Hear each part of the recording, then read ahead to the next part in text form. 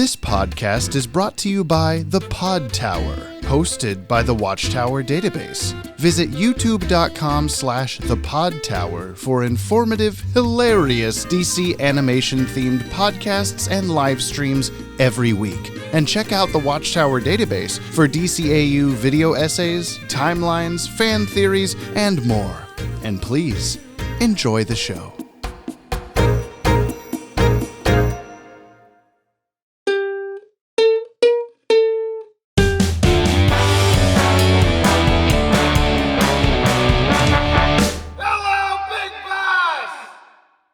What was that?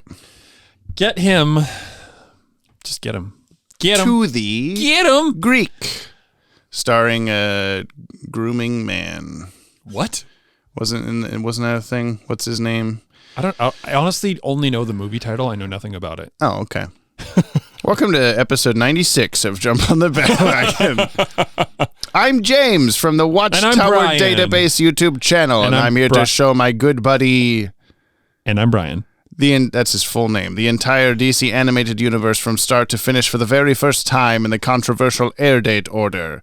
I don't know why I'm saying it like this. That's okay. We can just continue. You may view these shows the way human beings experienced them in the far gone days of the 1900s. Dun, dun, dun, dun.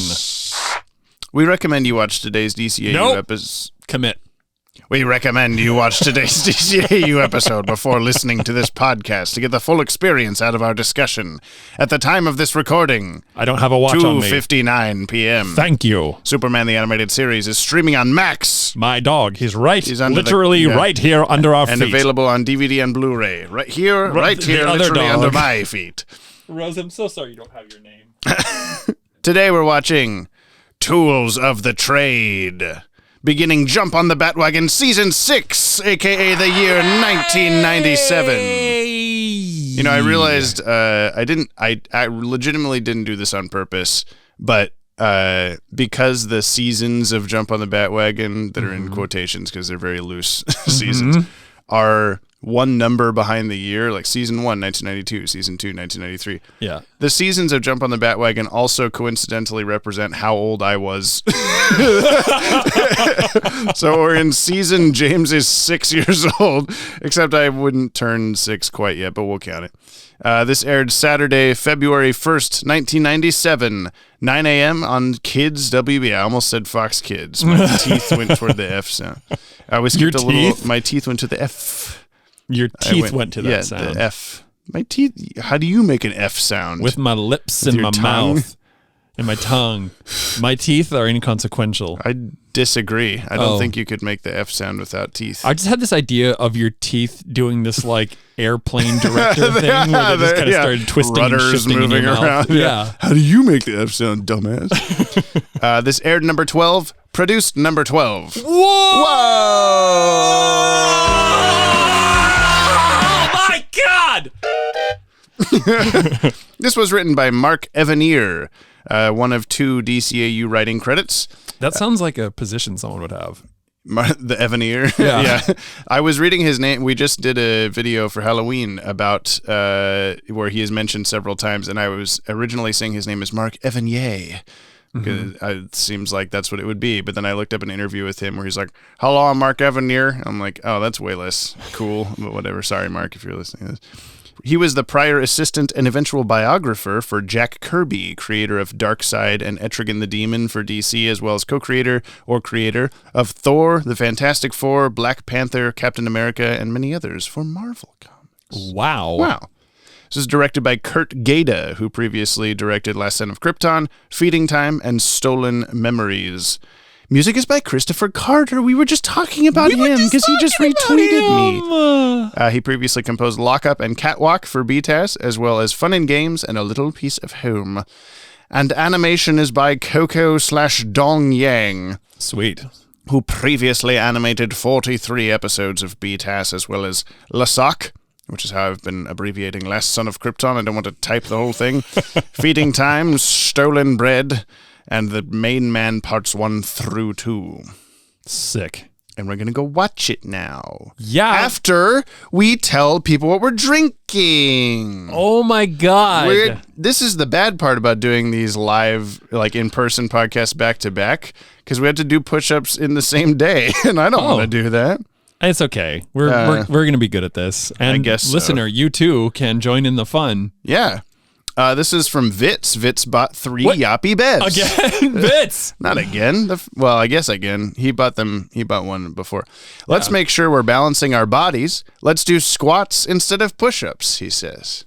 Oh. So we have to do 15 squats. I will. Yes. Okay. Knee injuries notwithstanding, I will do some squats. Yeah. Actually, it's really nice considering what we were just talking about, like doing all the push-ups. Now I get to do squats. Yeah, we don't have to do that. Okay. 1, 2. We'll do them together. 3. We'll lock eyes. 4. Then we'll kiss. 5. 6. Oh, I love kissing brides. 8. 9. 10. Oh, yeah. 11. Are we doing too slow? 12. I guess we're getting 13. Lucky number. 14. Unlucky number. 15. We were really kissing. We kiss so good. Thanks, Vitz. My quads are on fire. My knee only hurts a little bit. But yeah, we balanced it out. That's appropriate. That's good. That is good. You're going to watch the episode now. Okay. All right. Useless. Worthless. A joke. Careful, boss. I keep telling you guys, Inner Gang needs real armaments, weapons of mass destruction, and all I get are toys! What was that?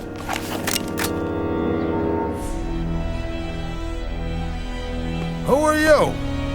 My name is Canto, Mr. Mannheim. I've been authorized to offer you some assistance. By who? Start talking.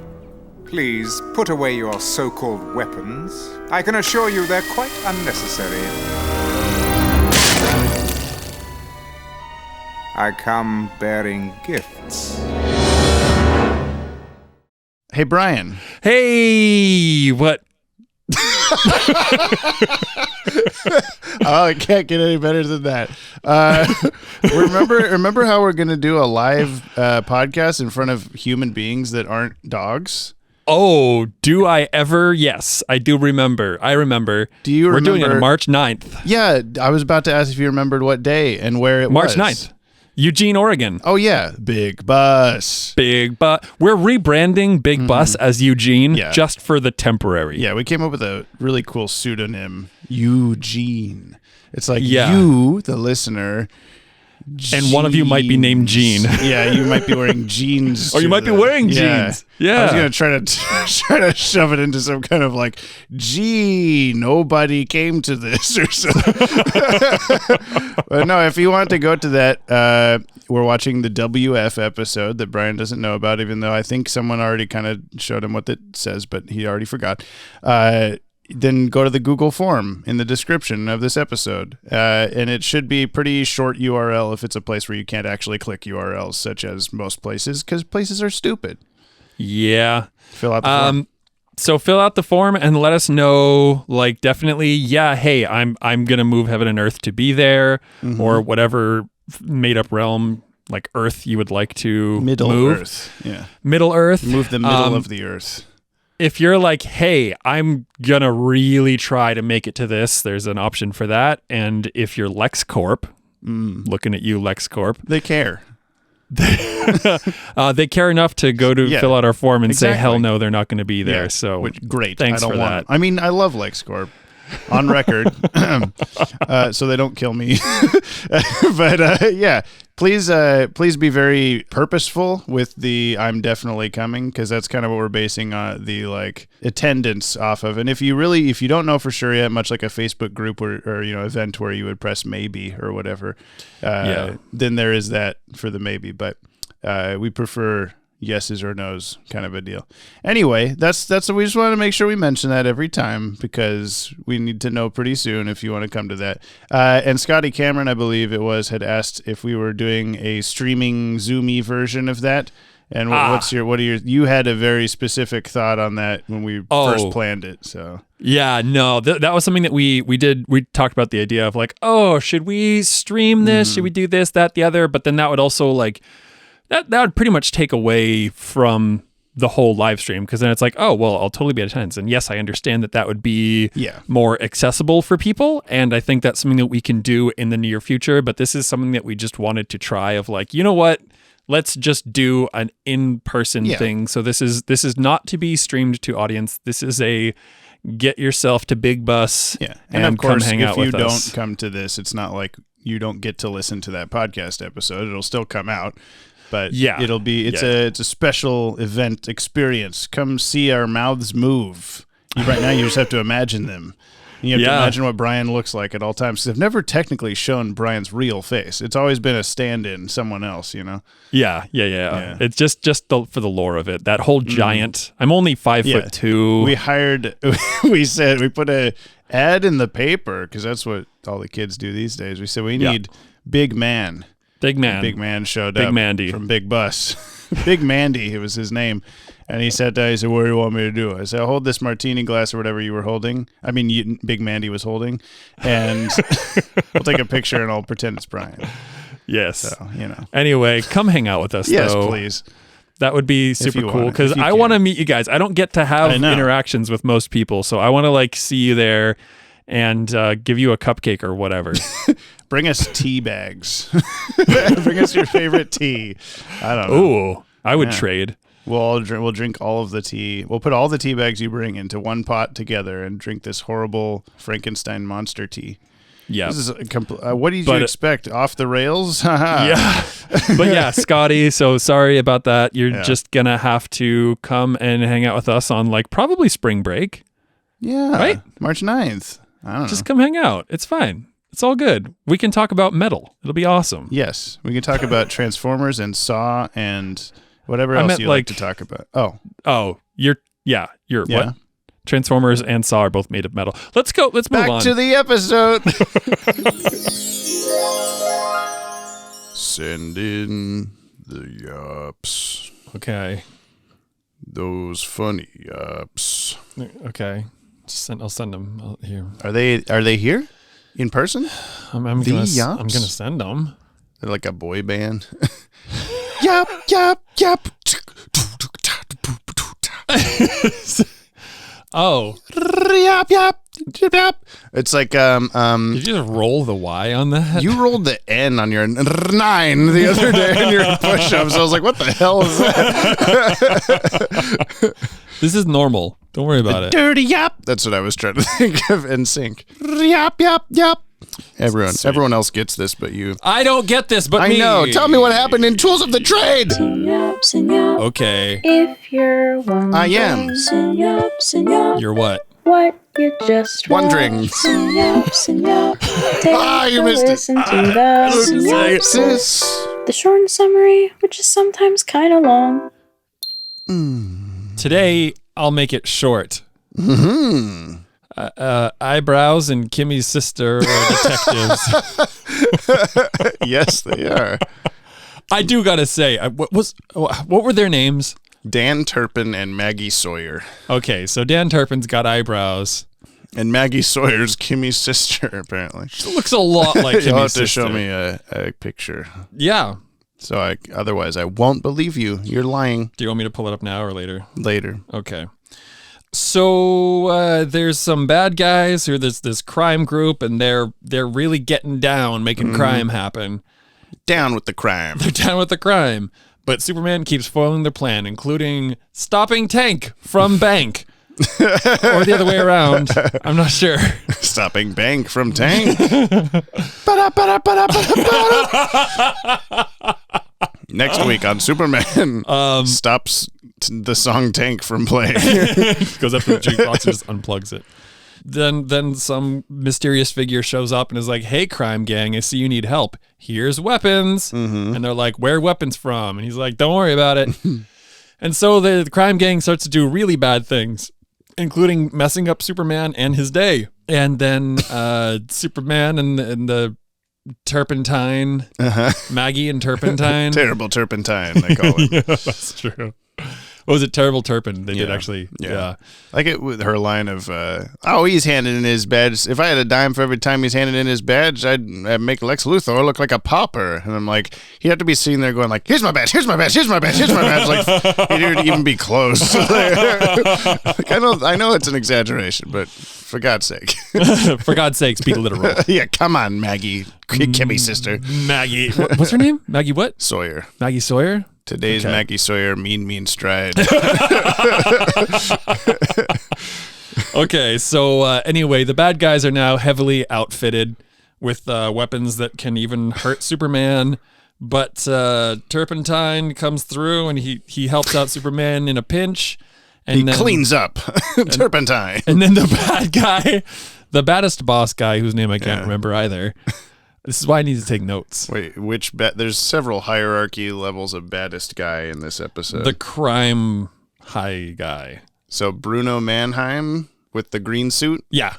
Or Kanto providing apocalyptian weapons, Was his or name Kanto? Darkseid. Yes, because he came in, he said, "My name is," and then you said Ra's al Ghul as he said his name, and then they said his name like one more time in the episode, so you never learned his name. No, I heard Darkseid. It was just the green. No. The green guy. When Kanto walked in. The arms dealer man. Oh. Yeah, and that's right. When he said his name, you just talked over it. Yeah, that sounds like something I would do. Cool. Anyway, fucking, what's his name? Kanto. Green guy. Bruno Mannheim. Like, Kanto can, like, disappear into thin air, kind of, with a portal thing. And Bruno, what's that musician's name that I should probably know? Mannheim Bruno Mars? Steamroller. Bruno Mars? Is Yes. that it? Yes. Yeah, so Bruno Mars is like, hey, I'm gonna follow you, Kano, from Mortal Kombat. And Kano's like going to the portal, and then Bruno Mars jumps through the portal. My name is Kano from Mortal Kombat. I'm here to provide you with weapons. So then, hello, Austin. Yeah, I'm sure we'll get to that in just a second. Yeah, so then they're like basically in hell, and they're like, wait, who's your boss? And Kano's like, in God's name out. It's the devil, check it out. And then he's like, my name is, he looks like someone from Marvel, and I'm trying to put my finger on it. Apocalypse. Is it actually? Is that who I'm thinking? Probably. He says Apocalypse. Yeah, that's the planet's name here. Holy shit, they're on a planet? That's a planet. Oh. It looks just like Earth Hell, kind of, but with more machinery. It's kind of supposed to, yeah. Okay. The end. Yeah, cool. What a great description. The official synopsis: Bruno Mannheim's Intergang terrorizes Metropolis with high-tech weapons from Darkseid, while SCU Inspector Dan Turpin goes on a personal hunt for answers. I mean, that was okay too, I guess. Just start like rating these or something. Mine was better. Yeah, well, debatable. So yeah, we got. I mean, he was in there for 3 seconds, but we finally got Darkseid. We finally got some fucking guy. He's going to be a repeat guy. I guess maybe guessing by your tone. I guess we finally got Darkseid. Is he the Joker? Have you not heard of Darkseid at all? Okay, I don't think so. Well, might have a you're in card for a treat. I literally might have a Darkseid card. Hold up.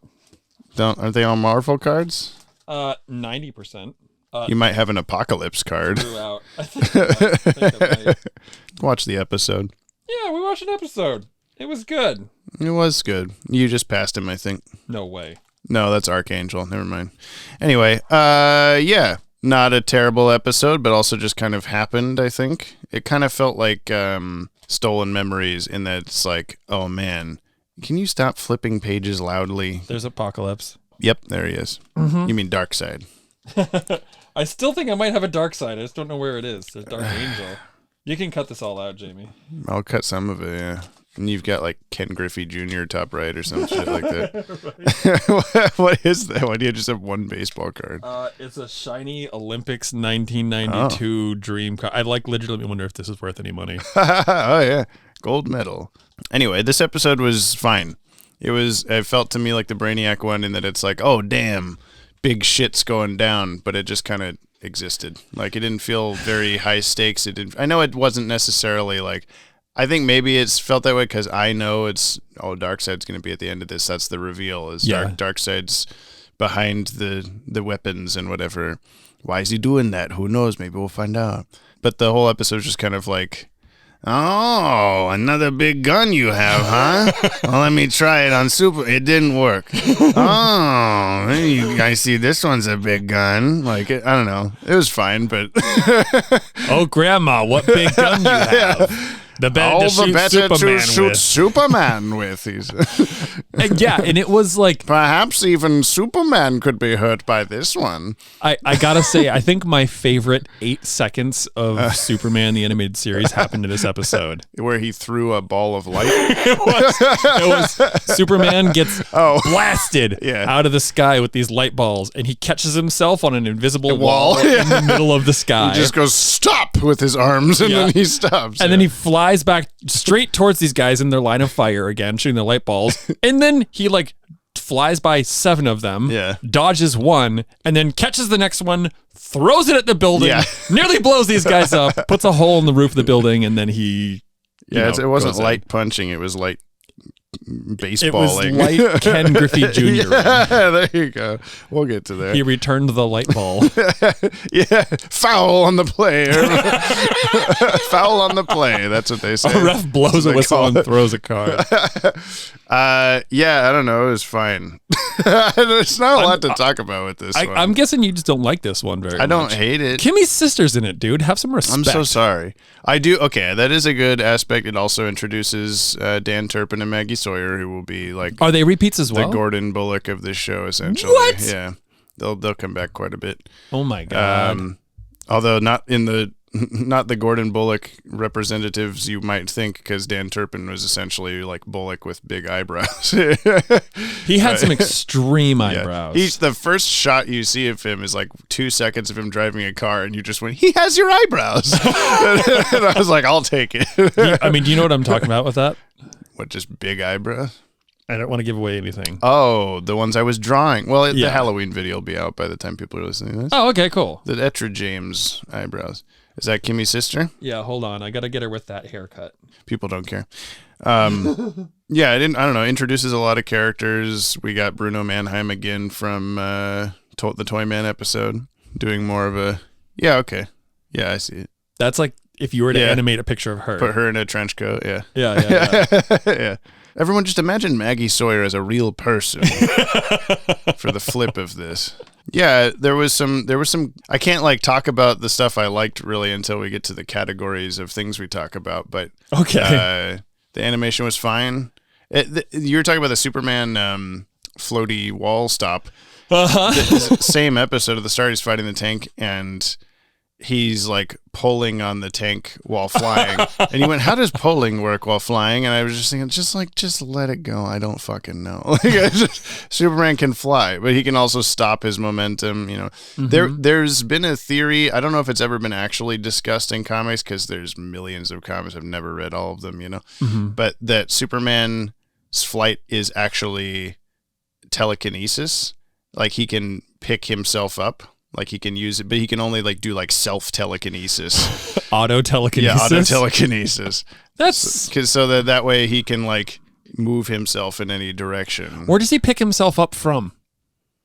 Junk. What? His junk. No. I mean like. So like, let's think of like Professor X or whatever, like telekinesis of like, oh, I'm gonna pick that thing up. Like he's there and he's like, and I pick it up. Yes. Where does he pick himself up? His junk. Not where does he grab himself, but on his brain. I don't know. Like he looks and thinks. It seems like with the telekinesis I've seen, they like lever it from themselves. Okay. This is the person. They telekinesis up this bottle. Okay. Yeah. But he's auto telekinesis. But he is the He is the bottle. And how does he? He just thinks I'm gonna go this way. I don't know. It makes more sense to me in terms of how he moves himself than like he doesn't have any sort of like propulsion or there's no rhyme or reason to any direction he flies. He just flies, and he can use his other like strength and speed and stuff while flying. So you would think that I don't know. It makes it. Whenever I heard that, I was like, oh, I love that. Like it all locks in now. Okay. But I don't know. You can decide whether you like that or not, I guess. I mean, I don't know how telekinesis works, admittedly. It's also fake. People also can't do it. Well, there is no spoon, Brian. Have you seen Chris Angel Mind Freak? That's true. Mind Freak! I have, yes. Many a time. My grandpa loved that show when it was on. He would watch it like every day. Oh, my gourd. And he was a magician. Let me tell you the cast of this episode. Just tell me it already. Okay, we have Tim Daly as Superman / Clark Kent. Wow. Danny Delena as Lois Lane. I'm having a stroke. Michael York as Kanto, previously voiced Vertigo in Off Balance, and Montague Kane in Zatanna and Basil Exposition. Lauren Tom as Angela Chen, who has been real sassy this episode. Like, oh, you just need fucking Superman all the time, you son of a bitch. And he's like, get off my back. No, fuck you, Superman. Like, what? Okay, lay off the poor man. His eyebrows are doing all the work. Bruce Weitz as Bruno Mannheim. Joanna Cassidy as Maggie Sawyer. She played Zora in Blade Runner. Have you seen Blade Runner? She's one of the android, whatever you can whatchamacallits, that are... She's running away in a raincoat from Harrison Ford, and he shoots her in the back, and then she crashes through glass. I haven't seen Blade Runner recently, and saw it in the 90s. It's a visually memorable scene. She also played Dolores in Who Framed Roger Rabbit, who was a waitress and Bob Hoskins' ex-girlfriend. Yeah. Oh my God, that's awesome. You'll like this one. Joseph Baloney as Dan Turpin. That's his name. You gotta be kidding me. Joey Baloney. Joe Baloney. He played Lenny, Adam Sandler's character's dad in Big Daddy, and Dan Torrance in a 1976 movie called The Big Bus. Whoa! It's Joey Baloney, The Big Bus. I'm sorry. Are we going to watch this movie tonight or what? I guess we have to at some point. Michael Ironside as Darkseid. What is with his name has a side in it, yes. What is with these naming conventions? He played Richter in Total Recall, Jester in Top Gun, Daryl Revuk in Scanners. He was Sam Lane, Lois Lane's dad in Smallville, Sam Fisher in several Splinter Cell video games, Katana in Highlander 2, tons of other stuff. You'd see his face, you'd go, oh yeah, Michael Ironside. Okay. I was this close to getting him in Vi-Reality also. The scene that you're in when the military people. For real? Yeah. Oh my God. We couldn't do it though. Kevin Michael Richardson as Al. He was previously Cop in Feeding Time. This was the guy in this episode. He was the guy in the helicopter being like, looks like they should save their ammo because it's not fucking working to shoot the tank.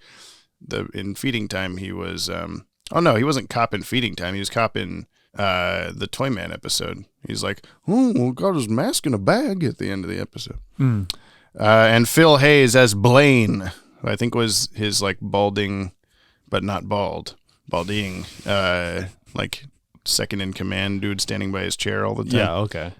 Previously Guard in Feeding Time, and you'll remember he was Jumba in Booba. Famously. Nice. Yeah. I started writing down all his stuff because I didn't recognize his name, and then I went like, oh no, we have had this guy. What was it? Oh yeah, he was Jumba and Booba. And Bebop and Wop Wop. Rocksteady. Let me tell you the trivs. Give me some trivs. The tank used by Mannheim at the beginning of the episode rolls over a bystander.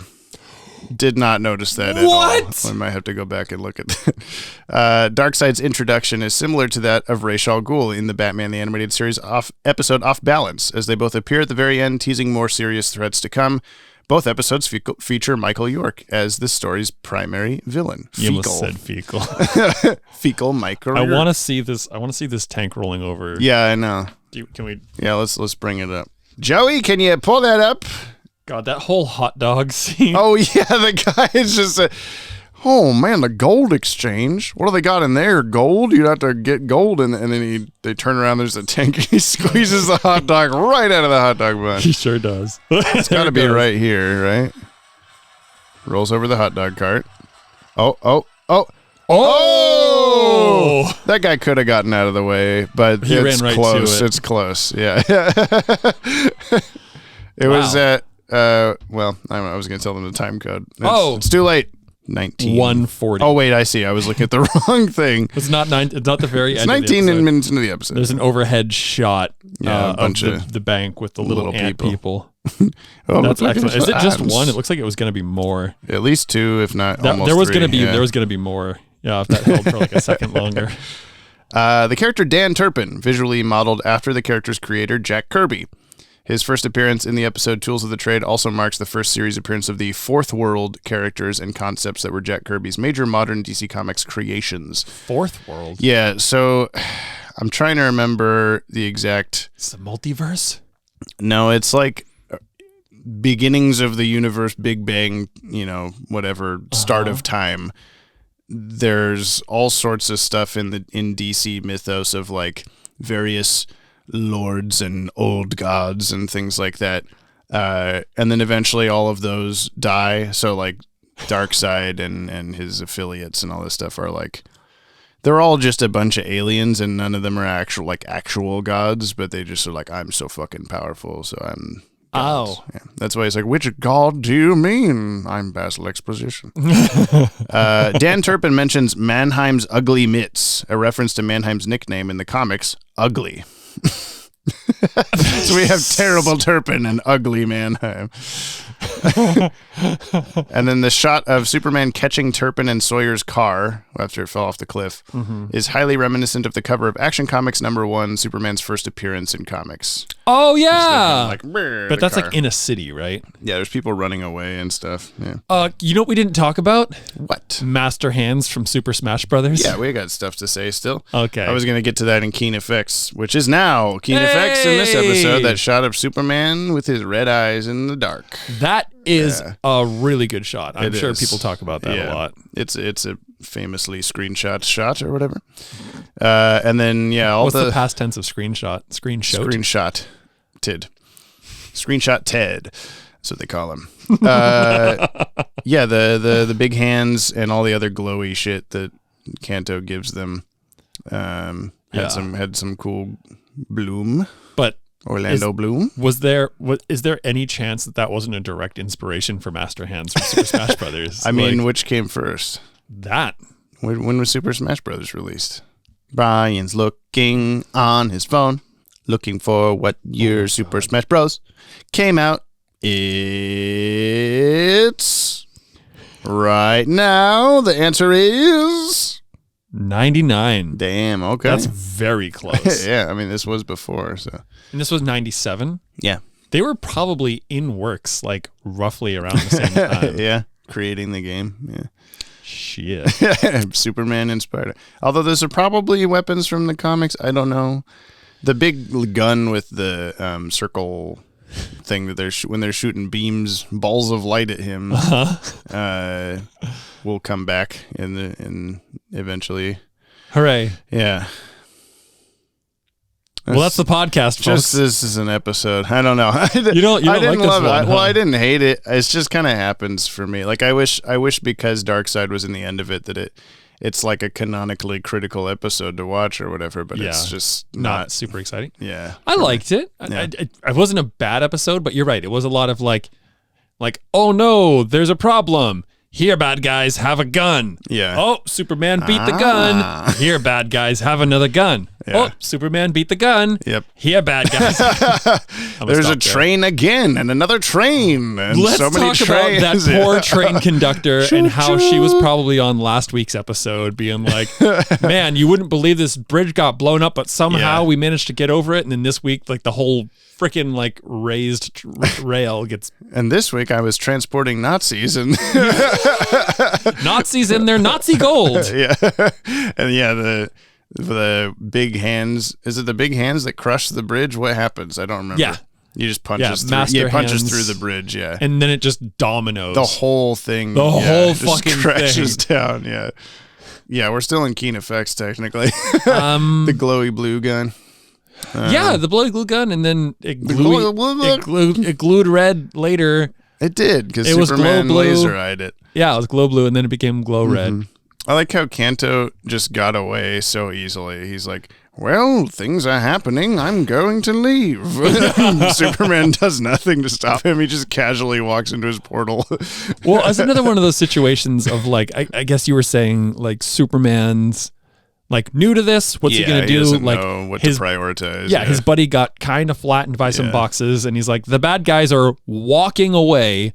Maybe I should faster than a speeding bullet at them to catch them, but no, I'm gonna go move these boxes. And now, I missed them, but I saw them portal away. Well, that's a good segue into how strong, 1 to 10. How strong Superman? Yeah. You know what? I don't think he was. Oh no, Tank.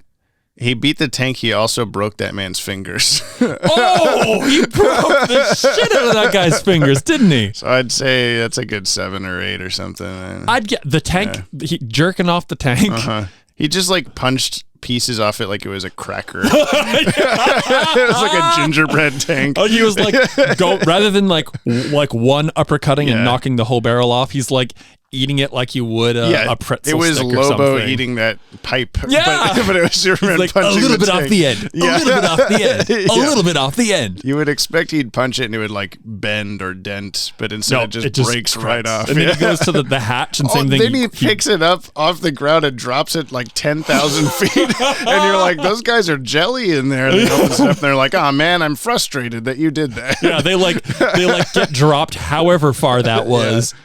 Remarkably, it was the road taller doesn't than clumber. that gigantic building. Oh, it was like at least like 15, 20 stories. And then when Superman kind of like tears off the cracker roof of this tank. Which was another kind of cool shadowy shot of him. But, yeah. But they the dudes look up and they're like, hey, what are you doing, man? Like, how are you not Jell-O? How are you not a puddle? Yeah, my elbow got bruised when you did that. I'm irritated at you. That was insane. But yeah, so that being said, Superman strong. 8. Yeah. 8 strong out of 10. Okay. And his powers were adding on that what was it you called it? Ken Griffey Ken Griffey Jr. light or something. What did you say? You've already forgotten. I think he said something like he Ken Griffey Jr. that light back to him. I mean, you could just say like light because he caught and tossed the light. Light Griffey Jr. Yeah, Jesus Christ.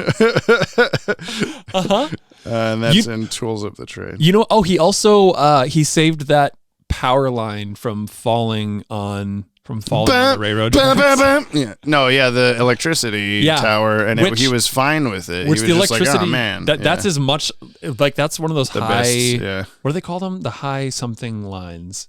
Power. It's electricity. It's basically as much zap. electricity as America can put, like those lines. Voltage? Like there's a term for that type of line itself. But yeah, so if he can get zapped by that for a good couple minutes. Yeah, to be jellyfished, he was pretty resistant to it. He's jellyfish resistant. Yeah. Maybe it depends on the kind of electricity. It was all that lead. Yeah, sure. From the last episode. It blocks the electricity. Yeah, he's just covered in lead still. He's still picking it out of his pants. Book or hip hop? Book. Yeah, book. Yeah, this was I mean, there was a lot of like. Oh, what? There was a lot of different elements, but I think the story arc was more book. Yes. He's bald, I'm bald, we're all bald. But who's the baddest bald of all? It's James and Brian's final call. The balder are Bald. We're good at this. Thank you. We interrupted the whole song. Hope you liked it. Bruno Mannheim, no. Kanto, no. I guess Darkseid. I mean, he is a villain in general. Yeah. He didn't have hair at all, did he? No, he had a big rock head. Clayface? He's in every episode. We should have a meter, like a running tally or whatever. Who was Clayface in this episode? Yeah. Oh, yeah, he was the molten lead. Yes. That was my girl. Yeah, I'd give it to Darkseid. Yeah, okay. Which is really close to a skateboard move. The dark side? Dark slide. Oh, what is that? What is it? It's like a board slide, but you flip the board upside down. So you got like the grip tape side. Wait, am I remembering that correctly? It's been a long time since I was young and skateboardable. Do we think that any of these Balderarchy candidates Lex Luthor has won 1, 2, 3 times now out of the however many episodes. Do we think that counts toward like a vote or something? Like he gets more points, or is it just he's not a new candidate because he's already on the list or whatever? You know what I'm asking? So like just like the number of times they like if Lex Luthor got 28 times, but I don't think that would count. I think we still have to pit them all evenly against each other at the end. Yeah, I don't think it can be a quantity thing because then it would just be Lex Luthor. Should we let the audience vote for most bald? Yeah. At the very end of the end? show. Yeah. When we list them all. I was right. Nice. How to dark slide your new lord and master. It's also a little interesting, I guess this is a slight spoiler, but usually Michael Ironside's voice isn't pitched at all. He's just talking. And in this, it was clearly like, pitched down, I'm dark side, I'm a bad guy. I was like, that's weird. Why'd they do that? He's got to be extra really dimension. menacing. Yeah. Extra hell. Top 10. This is the last time we're putting one on there before we start kicking shit off potentially. Wow. Let's see. Let's read them, okay? Let's read them. Oh, Here's God, mine. I and hate reading them. Well, we also cut it because they're all bad, wrong titles here. Yes. So I have, in reverse, 9 through 1. I have Stolen Memories, The Main Man Part 1, Fun and Games, Feeding Time, My Girl, The Main Man Part 2, A Little Piece of Home, The Way of All Flesh, and The Last Son of Krypton Parts 1 to 3. I think I'm going to put this one kind of low. Like low, like number 2 or 3? No, you silly. It's reverse. Oh my God. Why is everything frozen? Come on, phone. Let me in. Let me in. Well, while you're trying to fuck? do that, maybe I'll just wait. I don't know. Can't open this document. Why? You cannot change the top 10. It's settled. There we go. I'm going to put it below Fun and Games, but I still liked it more than Batman. Batman fights Lobo for 20 minutes in Metropolis. Yeah. Remind me of what was Fun and Games? The Toyman episode. Give me a little more than that. Toyman throws a ball in a warehouse, and then Superman saves a guy, and then he fights a big duck, and then he fights Toyman. Yeah, that was warehouse. Hilarious. Yeah. I love that. Yeah. Damn it, Jamie! I'm like in the same spot. I'm copying you. Yeah. Oh my God. It might not have helped that we were eating like giant burgers while we were watching this, and just kind of like we weren't. wouldn't say we were distracted or half paying attention or anything. I didn't feel but distracted. I just feel like that might have been like if I was just staring at the episode, maybe I would have enjoyed it more. But I don't know. I don't feel impacted by the art of eating. Okay. Yeah, no, it was a good episode. Yeah. It wasn't. It just wasn't great. Like you said, it was just kind of there's still no comparison to the worst Batman episodes yet. There's not like Jesus Christ, what the fuck? Like we were just either laughing or really in pain or anything like that. Yeah. Watching it, like there's silly moments, like how did he stop himself from flying and thinking I throw a ball in basement? Yeah. Oh, we might never ever hear that again. Aww. Well, anyway. The end. Now we go and do I do all this stuff? There's so much stuff now. There is a lot of stuff. Because I also have to add on, where's Clayface? Was he? No, I can't tell you how much I love this because I want Clayface to continue on. Yeah. And I know that Mr. Freeze. Any episode, yeah. Yeah, I know Mr. Freeze is carrying on. I got an affinity for him. Mm-hmm. But he's just carrying on in a block of ice somewhere. But Clayface, he's reassembled. He could do it. Emperor Spooge or lava or trail of lead. What was he this episode? He was Darkseid. Okay, just because he's a rock face guy. Didn't you see it? There's like that one frame where it was exactly perfectly Clayface. He was voiced by Ron Perlman. I forgot. Yeah. Yeah. One of the pauses Ron Perlman voiced. Yes. Mr. Mannheim. Let's go do the mail. Okay. Okay, and then I'll tell Brian the name of the next episode. He has to guess what it is. Spoilers. And now it's mail time. Mail and time. Last time I totally forgot to press the button and we didn't play Kimmy's song. So I think I'll play it now. That yacht. And one small extra yacht put it on. We drop What we drop? our weekly ups Oh yeah, those. into the comment box. Sorry. There sure was a lot. Now Jamie's Kimmy's mad. Too bad we're all At least I am. just Dylan Pollock. Kimmy did very good Inktobers. I liked them. Especially that last one. Yeah. The goose So in the that mirror wasn't any inside joke or something. It was just, Not you to were just me. congratulating her on finishing the month of drawings. It was something that every year she participates, Yeah. and she tends to be very busy, especially like pre-holiday season with her ceramics work and everything. Go look up Kimmy on the Button Bandit on Instagram. Go give Kimmy some love. Yeah. This is from Kevin Tran. Thoughts on My Girl. Yo, Hi, Jamathy and Brother Brick. Those are our that's names. me.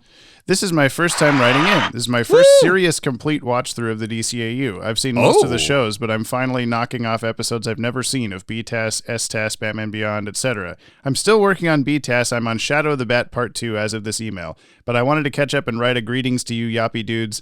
I love what you do and can't wait for you to get into future projects. Also, Superman is my favorite DC character, but I'm not too much of a fan of the DCAU version. However, I love the DCAU Batman. I know this is their own take, but I just prefer more of a Christopher Reeves version of Supes. I hope watching this show makes me appreciate this version more. Also, look out for some Yoppie art on Instagram @_Kevin Tran Art. Thanks. I'm going to go see if there's some Yoppie stuff right now. I'm going to go look. Yeah. Nothing Yoppie yet that I can see, but I will keep a look. I'm following you. You know what? Okay.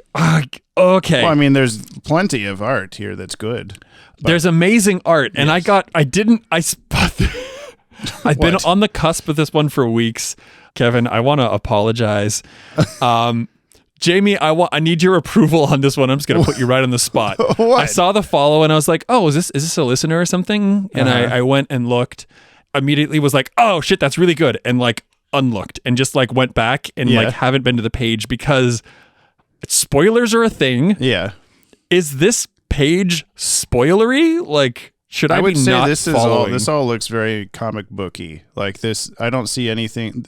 I just scrolled down like a third of the way, and I see like a BTAS Mr. Freeze, BTAS Clayface.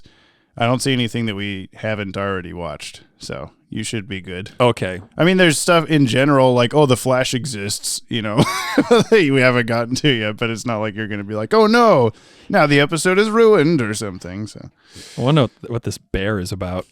that's the Five Nights at Freddy's bear. Okay. Anyway. I followed back. Cool. Okay. Good. Thanks, Kevin. Thank you, Kevin. Thanks, Jamie Dad. Yeah, you're welcome, son. This is from Nike, the corporation that makes shoes, I guess. Nice. The secret third central city. Good morning, evening, or afternoon, Jimothy Olsen and Brother Brainiac. It took me around a month or so, but I finally watched the entire podcast. Okay, in a month, that's still a lot, but better than people's week or 2 weeks. Or That's still insane. Yeah. I'd like to thank you both and also the listener for all the hours of entertainment. I listened to almost all the episodes while working, and it made getting through each day a bit more bearable. Regarding the podcast episode, Willem Dafoe as Elon Musk, I would like to add that Central City is not only in the DC universe and in Full Metal Alchemist, but also in the Sonic the Hedgehog universe as the capital of the United Federation. Okay. Oh my God. What a great unique name everyone comes up with. Anyway, I'm really glad to be able to make my entrance during STAS because it's probably my second favorite DCAU show. I haven't seen all of them yet. I've been watching them in the controversial chronological order. I hope this email isn't too long, but here's a quick drawing I did of what I imagined you to look like while listening to this podcast. I sent you this drawing. Oh, yeah. I've decided these are secretly your real appearances instead of those masks that you've been clearly wearing to protect your identities. I hope you're all doing well, and I wish you a good day. And yeah, it's basically me with blonde hair, and then you are like, I think you said racially ambiguous. You're like a big puffy haired anime character. It looks cool though. Yeah, it looks a little bit like me when I did have long hair. My hair is very curly, and so it kind of did do that. It looks like you in like 2016 and you had a real bad bed head and a real good tan. Yeah. Like whatever melanin I had was really outside, popping that day. Yeah. I like how we're named Jarmy and Briarb. Briarb. It's very good. Thank you. Nike. Jacob Alvarado, Turpin's eyebrows. Good morrow, Samaj and Nierb. Those are our names backwards. Hello. I'm watching this episode as I'm getting ready for a wedding. This week on Superman, we see how Intergang becomes the technologically advanced group they are in the comics, which is cool. I seriously enjoyed this episode. It was fun. Now the scene where Clark jumps down the elevator shaft to turn into Superman, which we totally didn't talk about. I really wish someone was there to witness that and for them to just start panicking because they saw a man just calmly and willingly jump to his demise and then shoot out the bottom as a superhero. Also in that, I did mean to bring that up because in that shot, for like the briefest moment as he like past all the people and papers fly everywhere and whatever, you see, I think his name was like Arnold Rundle from I've Got Batman in My Basement. What? No, the mechanic. Okay. They're in Penguin's lair, and he's like, Mr. Penguin, I've got these papers that show the Batmobile parts were bought all the same place. Yeah. He's there? Yeah, he was just in the Daily Planet as Superman whooshes by. He shows up a couple of times in the background, yeah. He's like, I guess that's how angels are made. He made a career change, yeah. Lastly, I'm so excited for the introduction of the best DC Comics villain, in my opinion, Darkseid. Have a great week, all you Yoppie folk. Happy belated Halloween. Ooh, I don't have a spooky button, but yes. Yeah, actually, you're right. I totally do have a spooky button. It is right here. Halloween is over now, yeah. Joshua Palmer, Superman's power level. Hey there, my attack yellow yop. Wow. Hey there, my attack helicopters. I could not read for a second. Yellow yop yop.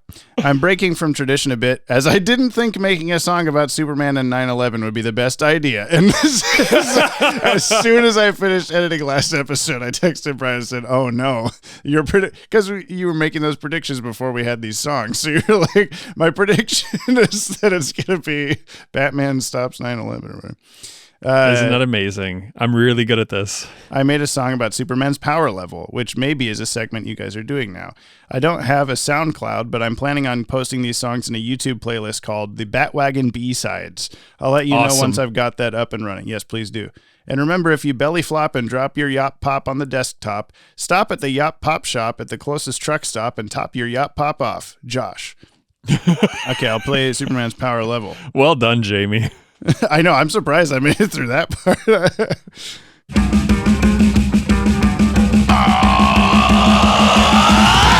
fucking powerful is Superman? Is he really super or just a man? Well, his powers be electrical, or is Superman just a big butthole? The ding. Damn it. Yeah, thank you for keeping the tradition of the ding at the end. Oh my God. It's very Rage Against the Machine. I know, I like it. But a big what ho? Butthole. Oh, butthole. Duh. I think he says, are they electrical in there too? That's the rhyme. I don't know. Anyway, give us a lyrics list when you do that. We need to know.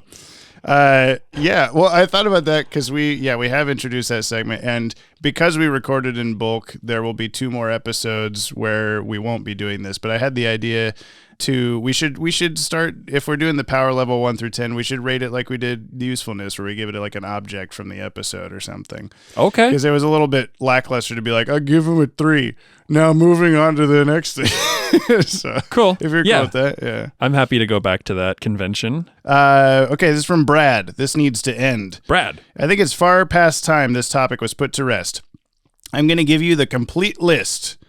Lois Lane, Lucy Lane, Lana Lang, Louis Lang, Lucy Lang, Lori Lamaris, Lenora Lamaris, Luma Lanai, Lila Laurel, Lola La, Lisa Lascelle. Lex Luthor, Lionel Luthor, Lena Luthor, Lillian Luthor, Lachlan Luthor, Letitia Luthor, Lutessa Luthor, Lenny Luthor, Lucas Luthor, and Lori Luthor. Linda Lee and Linda Lang, Lightning Lad, Lightning Lass, Lightning Lord, Linda Lake, Lesla Lar, Lyrica Lloyd, Lupe Leocadio, Leslie Luckabee, Lee Lambert, Lainey Lan, Luo Lixon, Lisa Lombard, Letitia Lerner, Leary Lanai, and Kal-El's mother herself, Laura Lorvan. And finally, there's Leslie Lewis, the name Jimmy Olsen used when he went undercover in drag, surely awakening something in 1950s readers. As I reward you, as a reward for putting you through the dark souls of tongue twisters, have this visual gift symbolizing what just happened. And it's a cover, of like some old Superman issue that says LL, and they're all in flames. Why do these initials mean death for the man of steel? He's on the ground, like dying. I mean, death for my mouth, yeah. Wow, that's thank you, Brad. Insane. That's insane. I don't know who half of those characters are, so... You know what? I don't know who more than half those characters are, so you're in good company. Fiacre Horgan, Big Boy Bruno is back again. Hey, Brian and James. Guys, that ending. Oh my God, I can't wait for everything that awaits us down the line in the DCAU. Yeah, Brian didn't care about Darkseid. The one nitpick about the ending is the sound mix with the dialogue was kind of unclear. I was expecting Mannheim to shout, "Hey, don't get me wrong, you're a very big and threatening alien man thing, but I have no fucking idea what you're saying. Speak up." that dude in the opening gripped that hot dog so damn hard it went flying into the stratosphere. Looks like Soups has some competition, or maybe he isn't the only Kryptonian in Metropolis. Hell yeah, I forgot this is where Sawyer and Turpin are introduced. I love the reverence the DCAU team have for the king, Jack Kirby. The fourth world and the characters who inhabit it is some of my favorite DC stuff, so the groundwork this episode lays has me very hyped. I know we harp on about the property damage Superman commits, but the Metropolis Train Company is in his debt 2 episodes in a row now, so make that 2 in the good column and 50 in the not so good. Also, Superman just straight up broke that one goon's fingers. Hot damn. Till next time, stay up. He sure did. Dylan Pollock, Tools of the Trade. The man. These thoughts will hammer home my point of view as I nail every take on this screwed up episode, although this episode isn't really screwed up, which puts a wrench in my puns. Thanks.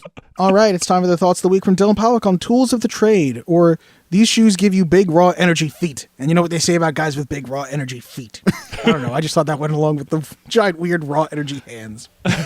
So it's really weird for a dude who is not involved in a robbery at the beginning of this episode to randomly say to like a hot dog vendor, "Wonder if anyone's ever tried to rob this bank." Never a thing I've said in a bank that I'm not robbing. Also, I hope you guys by this point have mentioned Kanto's hairstyle at all, because that is not working for him. I don't care if he's from Fourth World, from any world. That's not a good hairstyle, bro. And am I the only one who got Super Smash Brothers vibes from the giant raw energy gloves? You were like not. The boss from the N64 game? And speaking of giant raw energy, can we talk about Dan Turpin's giant eyebrows? Biggest eyebrows I've seen this side of Eugene Levy. Anyway, enough about that. Let's get to the question of the week. James' favorite part. If you had to put your faith in one of these duos to save you, would it be Commissioner Gordon and Harvey Get Up on the Hydra's Back Bullock, or Maggie Sawyer and Dan Turpin? Tell me what you think. I gotta say Bullock, just because I gotta. Yeah. He's my man. We haven't had enough to, like, at least Brian hasn't had enough to judge, but I think I'd still say Gordon and Bullock. I think Bullock has, he's got a lot of heart under that donut grime, and Commissioner Gordon he's Commissioner Gordon. I would entrust my life to that man. What was the other thing that you brought up? Hairstyles? Oh, yeah, Kanto's hairstyle we didn't talk about. Yeah, it's just a big, like, circle with bangs. Yeah, homeboy's banging hard. At least he puts his little, like, Peter Pan stage play outfit on at the end, where his little hat that covers up the weird haircut. But yeah, like goes over and grabs a cane and a hat. He does have a cane, doesn't he? Pedro Enrique, thoughts on Tools of the Trade, or where does Mannheim get these wonderful toys? Hello, Jiminy Snicket and Brock Kentman. First time saying the name jokes feels weird. Pedro here to share some of my thoughts on the STAS episode Tools of the Trade. 1. Good response time by the SCU, but I can't believe the police are actually still trying in Metropolis. Seriously, y'all have Superman. You can be late. His services range from rescuing cats to stopping alien attacks, so he's got the SCU covered. Now the GCPD needs to step up. Gotham is a hellscape with only Batman to save them, because Batgirl only shows up on special occasions, and Robin is too busy dicking around. Get it? Because his name means penis. Peak comedy. 2.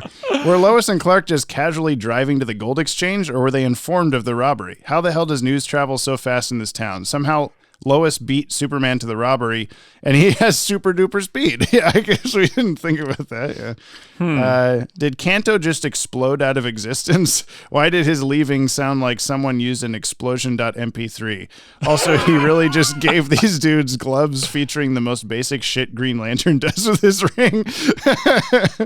If you're Dan Turpin, this is number 4. If you're Dan Turpin and you think, how should I secretly follow these incredibly dangerous robbers into their hideout? And the response is, completely unmasked and wearing a green turtleneck, you deserve to be hit with Kanto's mummifying ray. How did this guy get called to the Special Crimes Unit? Yeah. And 5, damn, Kanto changed into his LARPing outfit quickly when they went to see Darkseid. I feel this first season of STAS is mostly just figuring out how to write weekly episodic adventures for a hero that is so powerful. I like the more alien aspects that the show explores, and I do enjoy the Darkseid tease at the end of the episode, but in some ways, villains like Mannheim feel a bit too basic for Soups. I just see that these mobsters/robbers more the Batman types of bad guys, which is, of course, why, in his case, they need guys like Kanto, and the show ends up being the more sci-fi part of DC. Overall, pretty good episode. Until next time, stay yoppie. Thank you, Pedro. Ryan Hip, Cruels of the Crepe. Nope, couldn't make that one work. I'm Nick Freenode, and this is Kids Dubba Dubba WB. We finally made it to everybody's favorite, Tools of the Trade. And oh dear, there's a shot of Superman looking intimidating with his eyes glowing red. This show fundamentally misunderstands the character of Superman, and I can't wait for the gatekeepers to have a field day with this. Any second now. Guys, it's perfectly okay for Superman to be a badass. He doesn't have to be a corny cereal mascot all the time. True. Okay? But you don't have to take my word for it. Darkseid is finally here. I can't wait for his return in just a couple of episodes. Ready the Armada. We will use the old ways. Or maybe not. But you don't have to take my word for it! Back when I did my first rewatch of Superman in 2021, I totally forgot about the pinky breaking scene. I was not prepared for it, and I recorded my reaction to it at the time. Here it is. Guess I don't know my own strength.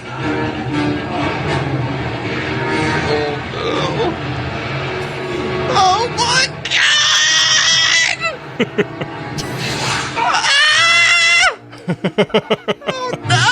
Well, that was fun. But you don't have to take my word for it! God damn it, man. These just descend every time. I'm loving this. It does kind of wake us up, you know. Lanola Cola, Tug on the Super Cape, Jack Kirby, and Apocalypse Now. Happy Halloween by the time I send this. Jack O'Strecker and the Haunted House on Manili Hill. To this week's Tug on the Super Cape about Tools of the Trade, a.k.a. Mannheim Visits Kanto's Region. I think I also saw this episode on the Hub because I recognize the scene where Turpin looks over the fence to see the Apocalyptian tech demo.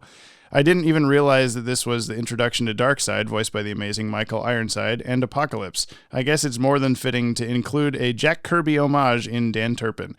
By the way, completely unrelated, Dylan and Gab on their podcast, Movies to Watch Before You Die, were discussing how to pronounce homage, and I have heard it as homage when people are saying it very Americanly, but there was the agreed upon homage in their podcast, and I thought, no, that's in between and wrong. So I just wanted to let you guys know that. But anyway, I'm just gonna step in and say homage. Oh yeah, which is like, you know, it's like a D&D character. This is my homage. Yeah. Oh, that's just the homage. Sorry, he keeps to himself. Turpin feels like a more honest Bullock, and he actually begins to appreciate the superhero in his city. Now I hope we get a Turpin version of Get Up on the Hydra's Back. I didn't expect to see another train crash in STAS this season, the first in The Way of All Flesh, or in anything I watched this year. I watched Bullet Train on a flight back home. I didn't expect STAS to pull off the glowing eyes from heat vision against a silhouetted Superman stare like that. It caught me off guard, or breaking the power glove using Mook. btas Batman wasn't this hardcore. Truth. Nor did I expect Maggie Sawyer to not have pants or a skirt under her trench coat. Calm down, Bruce Timm. And the scene where Clark changes into Superman through the out-of-order elevator shaft is a top DCAU moment for me. Lastly, no spent shell casings from Sawyer, Turpin, and the SCU's pistols or the money train's guard rifles. I'll get back to y'all faster than the spilled mustard from that customer's hot dog, or faster than Superman's jogging to dodge that apocalyptic gun's laser beams till we yop again. P.S. I approve of Brian's headcanon of bisexual Lois Lane. Thank you. There you go. Scotty Cameron, Trade Wars. Hey, Yoppie dudes. Great episode as usual. Thank you. This is one of Kanto's very few appearances in the DCAU, which surprised me because he has a prominent role in a DCAU video game, so I expected him to be a bigger character in the shows. This is the first appearance of Sam Fisher from the Splinter Cell video games, Darkseid. The ending reveal of the Ruler of Apocalypse was awesome, and it's a fitting introduction to Darkseid. To answer Dylan's question, my favorite alliterative character name is Cyclops' secret identity, Scott Summers. I'm not saying it just because I'm a Scott. This prompted me to do two things. One, I remember there's another LL in Superman lore Brian needs to know about, Lex's father, Lionel Luthor, which I'm sure got mentioned. I've already forgotten half of those names. Lionel Luthor was played by Riddler actor John Glover in Smallville. Very true. 2, revisit a Larry King interview with Stan Lee, where Stan explains that he gave characters like Daredevil and Spider-Man alliterative secret identities like Matt Murdock and Peter Parker, so he could remember their names better. I will just guess that characters don't have alliterative names featured in Lee's comics were named by his collaborators like Steve Ditko and Jack Kirby. Stay happy, Scotty. Thank you, Scotty. We will. And of course, right after this, I got a message from the Sewer King, weirdly. I don't know who this could possibly be. Hey, Yoppie dudes. You may ask yourself what I have to do with Bruno Mannheim. Well, I'll tell you. Yes, I will. Bruno was one of my beloved children back in the day, and I taught him a trade. Yes, I did. Remember when I told that evil bat, I feed them, I clothe them, I discipline them, and I teach them a trade. This is what I meant. Trading with intergalactic dictators was the trade in question. Sadly, when Bruno Mannheim built Intergang, he expelled me to Gotham City, where I met that costumed freak Batman. Oh, how I yearn for the days I get to return to the sewers of Metropolis. Your teacher, your leader, your master, your king, Sewer King. Thank you so much. I love the Sewer so King. Good to hear from him. He's again. our favorite, yes. Jordan Newman, Jules of the Trade, forgot to record this until the last minute, so this was recorded very discreetly in an empty hallway. So quiet. You're listening to the Gotham Insider, reporting live from Metropolis. I'm Jack Ryder, and tonight's top story, Superman was saved by a cop this time. Dan Turpin, saved Superman's life after a little run-in with Intergang and their alien weapons. There's definitely more aliens out there. Don't worry about it. Keep your cool, Jack. Okay. Now over to the breakfast. Today I had eggs and bacon with a side of hash browns and miniature pancakes.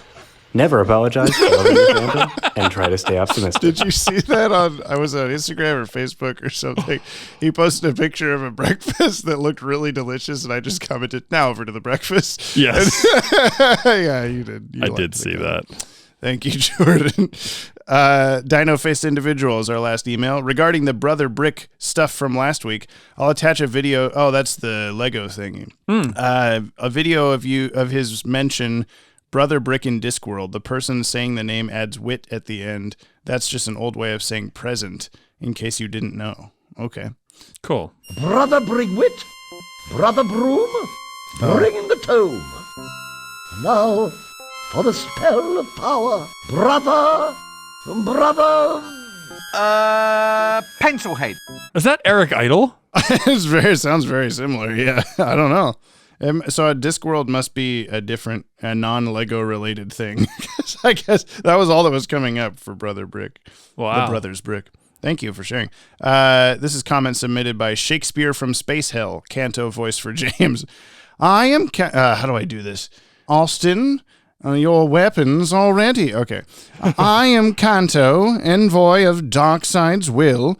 My master tasked me with a mission to bring gifts to lowly beings. Such gifts to Mannheim I did bring, such as a power glove and melty stick, but most importantly, a glowing gun. Now I've brought Mannheim to space hell with me. I'd rate Darkseid a 5 out of 5 stars. He's a great space fascist Satan bad man. Behold, my attempt at doing this whole thing in iambic pentameter. I think I fucked it up, but I was trying to do multiple things at once. It never quite gets there. Thank you. Let's do comments, Brian. Yeah? Okay, comments? let's do it. Okay. This is on episode 95, My Girl or Willem Dafoe as Elon Musk. Always make me giggle. This is from Vitz. I feel like we're missing the most important podcast arc. Did James clean Brian's rice cooker since they were finally together? No, I did not. Thank you for just throwing me under the big bus. Oh, I forgot about that. Jamie! I'm sorry. I was supposed to do it. Did you clean it yourself? Of course. I think it was clean the day after. I don't know. I didn't look. But you know what? Completely. You don't know whether it's clean or not right now, and I do. But I will say, hello, Rose. I will say hello, Rose. Yeah. Jamie, why aren't you my rice cooker? Why aren't I your rice cooker? It's what you lipstick in my white Valentino bag. You seem to be breaking up on Zoom. Just clean my rice cooker already. This is from LexCorp Cares. Dear Jacob and Branson, on behalf of Mr. Luthor, I would request that you cease discussion of Mr. Luthor's personal relationships. Miss Lang's betrayal was devastating to Mr. Luthor, and, after losing Brainiac, the last thing his caring heart needed. Superman and Miss Lang's actions have deprived the good people of Central City their microwave guns. Haven't you ever had a dream? Haven't you ever wanted to bake a potato at 700 yards through a sniper scope?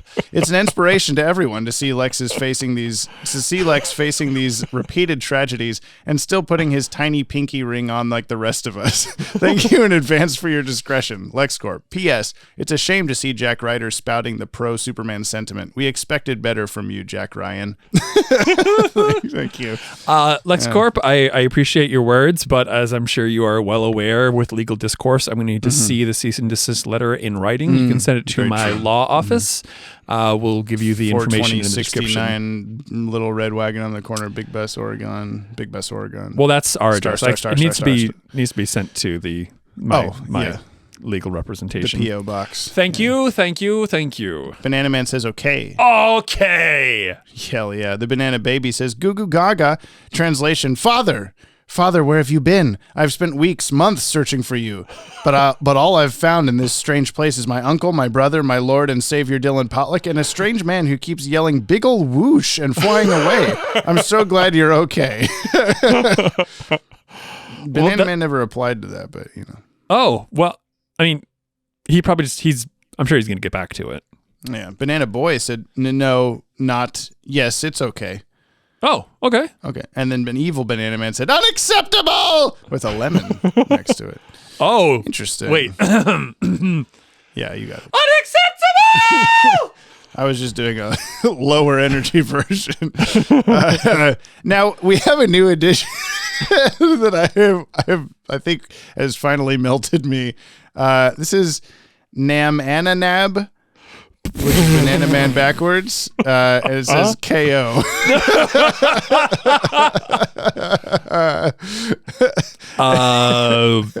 KO. Knockout. KO. That's a knockout. True. Wishbone. Wow, the talents and gimmicks of this fan base truly know no bounds. Featuring musicians, hench reviews, pirate reviews, a Lex Luthor PR account, a rival doppelganger channel, an ongoing banana melodrama, and deep insights from characters ranging from Jack Ryder to Boss Biggest. It's safe to say that there aren't many other podcasts there which compare.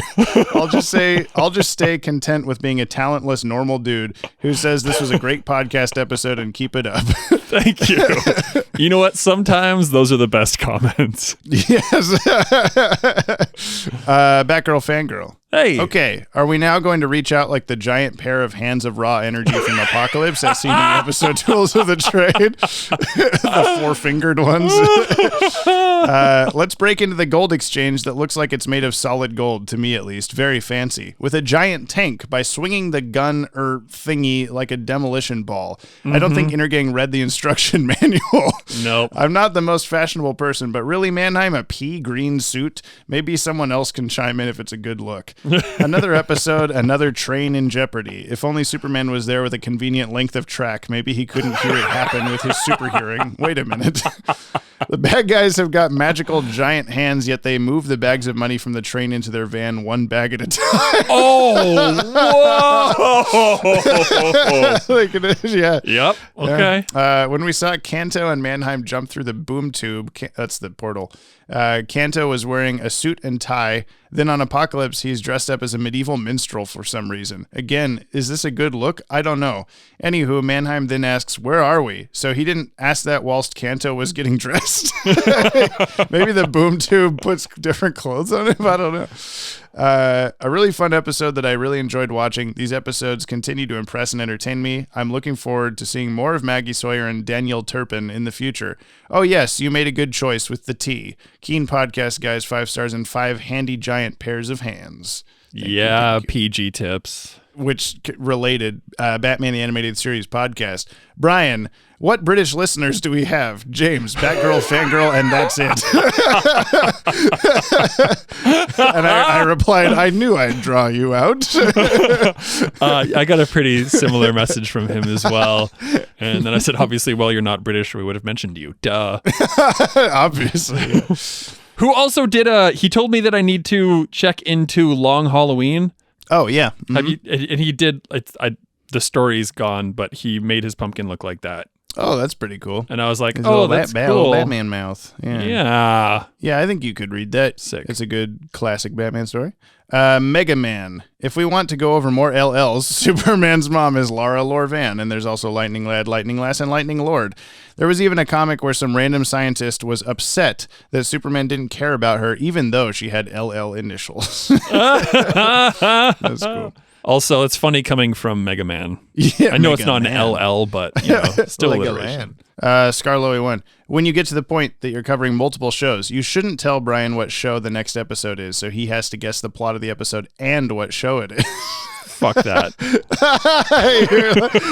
I could give you like a one shot. Like I'll just tell you as soon whether you get it right or not. You have like a 50-50 chance or something. I don't know. Fuck that. Also, cool that you're doing a live show for W redacted F redacted, but sadly I can't come. That's okay, Scarlett. We understand. If people can't come to that, it's okay. No, if you can, no, it's not. You just gotta. Oh, Banana Man says it's okay.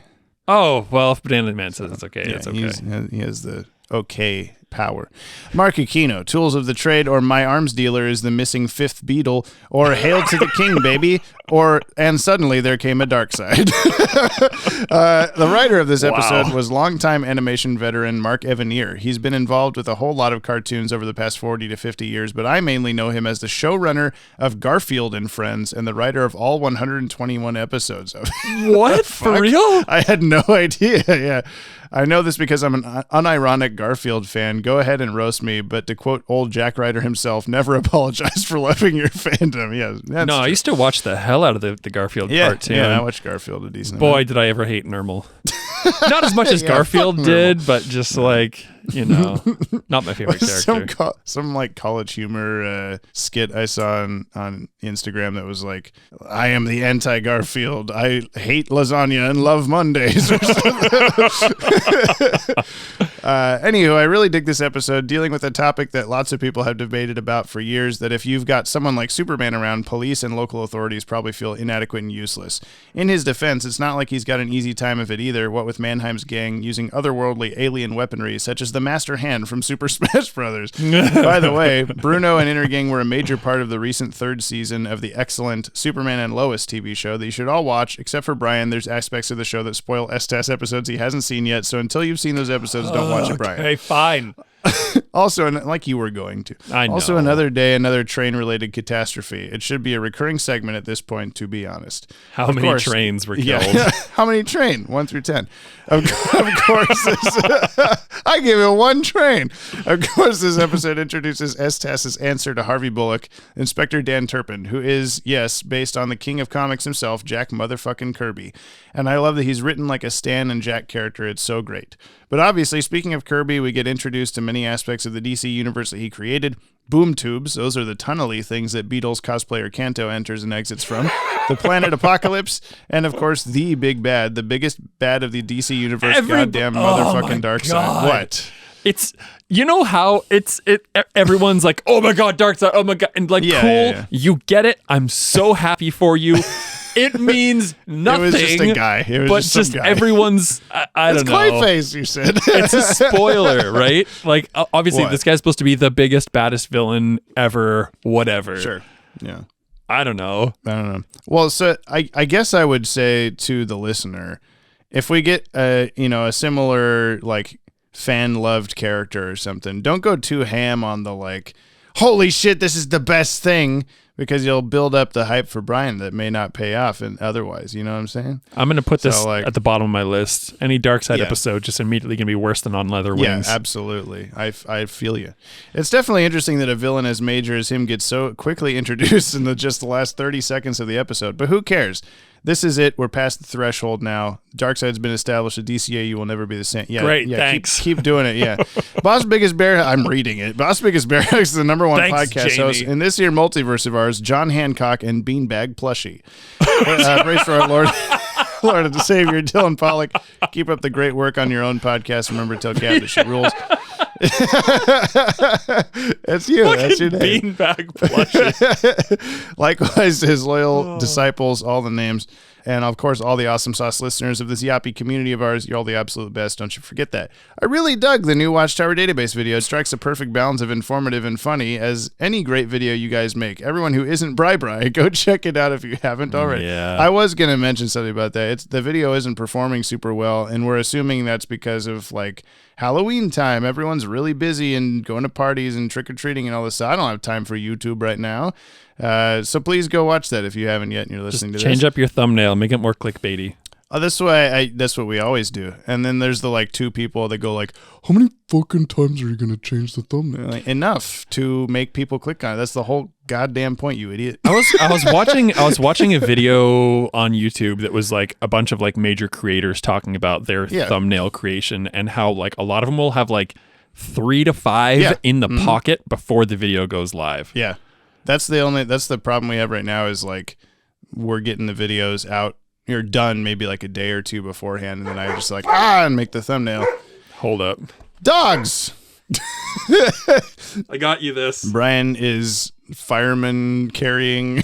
No, not quite, but bringing the dog in. Oh, such a boy. Anyway, Mark, it ends as always. Till next week. Big ol' whoosh. I just flew away. Thank you very much. Thanks, Mark. That's all the stuff. Okay. And we're done now. Okay. We go back to the end of the episode. Back to the episode, like Samurai Jack. Samurai Jack. Da da da. Watch out. Oh God. Are you okay? So what do I do? We're back. Okay. You want to hear the name of the next episode?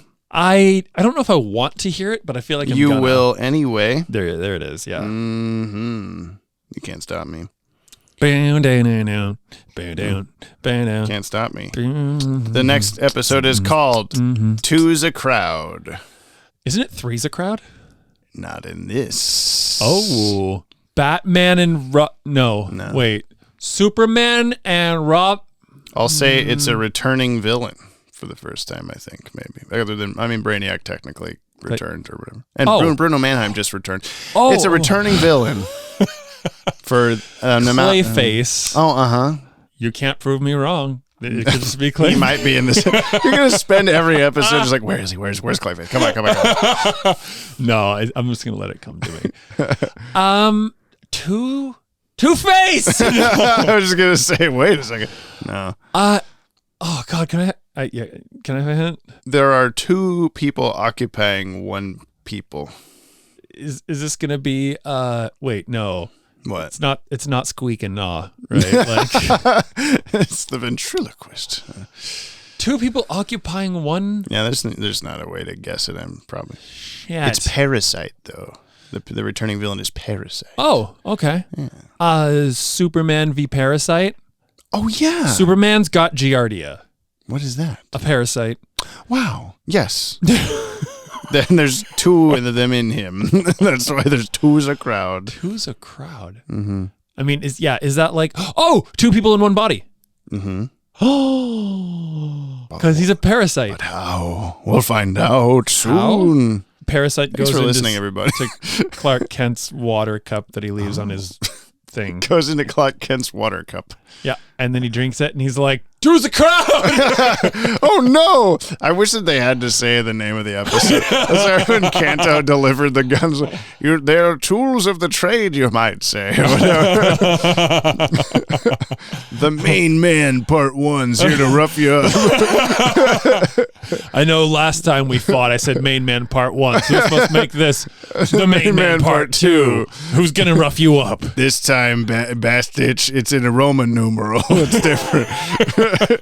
All right, we'll see you next time for Two's a Crowd. And Goodbye. don't forget to Sign the Google Doc. do the Google Doc. And Should have said that much earlier. And you can just put it earlier. No, just like it's saying, too late. hey, Yoppie Bevs. Yoppie Bevs. Help out your Send 'em. friends. Send them James drinks. and Brian need to drink. Their Drinking. tears away. They need to drink Their tears away. Goodbye. Bye, listener. Thank you. Thanks.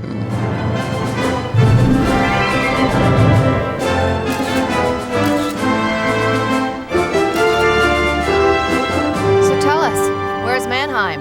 I think he's moved outside our jurisdiction.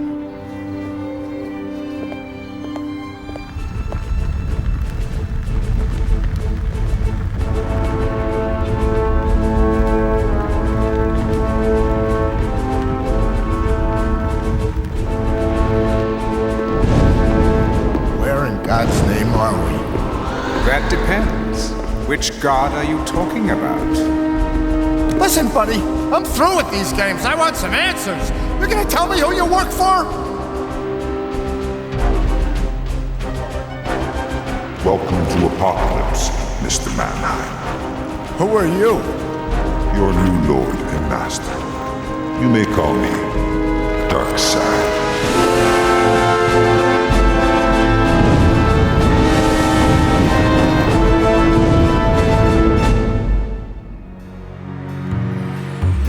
Jump on the Bat-Wagon is hosted by the Watchtower database. Subscribe to our YouTube channel for DC Animated Universe videos on a regular basis.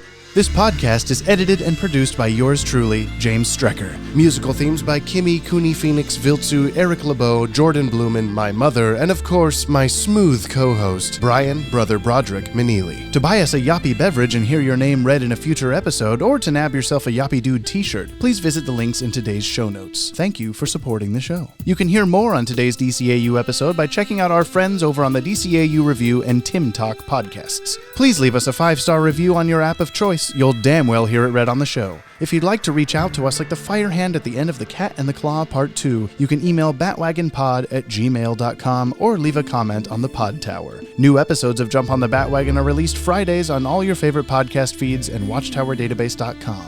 And we'll see you next episode, same PP time, same poo-poo channel.